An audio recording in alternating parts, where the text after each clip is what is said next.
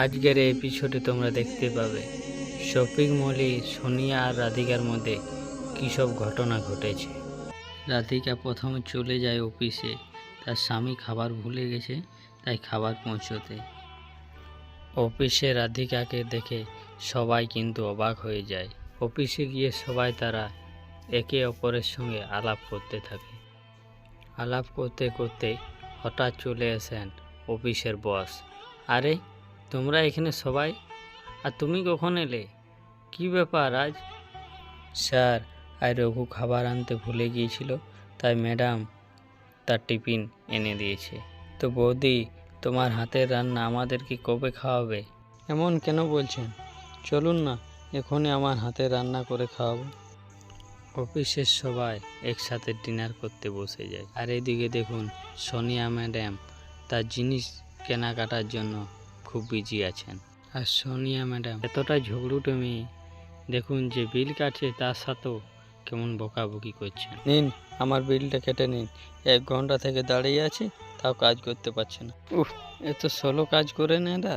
শুনুন ম্যাডাম, এখানে line by line কাজ হয়, তাই আপনিও লাইনে দাঁড়িয়ে থাকুন। হ্যাঁ, লিন, অত বেশি কথা বাড়াতে হবে না। টাকাটা কাটুন তো তাড়াতাড়ি। ম্যাম, আপনার এটিএমে তো টাকা নেই দেখছি। কি বলছেন আপনি? ঠিক করে দেখুন না, টাকা আছে তো। সেই সময় রঘু সোনিয়া ম্যামকে কল করেন। আর এদিকে সোনিয়া ম্যাডাম তার পকেট থেকে ফোনটা বের করতে করতে এটিএমটা তার পড়ে যায়। আর সেই সময় রঘুর ছেলে নাচতে নাচতে শপিং মলে চলে আসে। আর সেখানে দেখে তার বাবার এটিএমটা পড়ে আছে। আর এই ছেলে, এই এটিএমটা আমার বটে, দে বলছি দে। আর এদিকে তারা দুজন মিলে এটিএমটাকে টানাটানি করতে গিয়ে রঘুর ছেলে নিচে পড়ে যায় আর তার পায়ে চোট লেগে যায়। বাবা, তোমার কি হয়েছে? তুমি নিচে পড়ে গেছো? বলছিলাম না এত দৌড়াদৌড়ি করতে হবে না। মা, আমি পড়ে যাইনি, এই আন্টি আমাকে নিচে ফেলে দিয়েছে। অসভ্য ছেলে একটা। কি বলছি আন্টি? ওটা তো আমার এটিএম।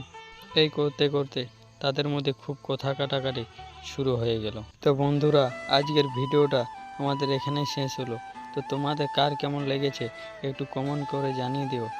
আর ভিডিওটিকে খুব পরিমাণে শেয়ার করো আর চ্যানেলটিকে সাবস্ক্রাইব করো। এই ভিডিওটি দেখার জন্য তোমাদেরকে অনেক অনেক ধন্যবাদ।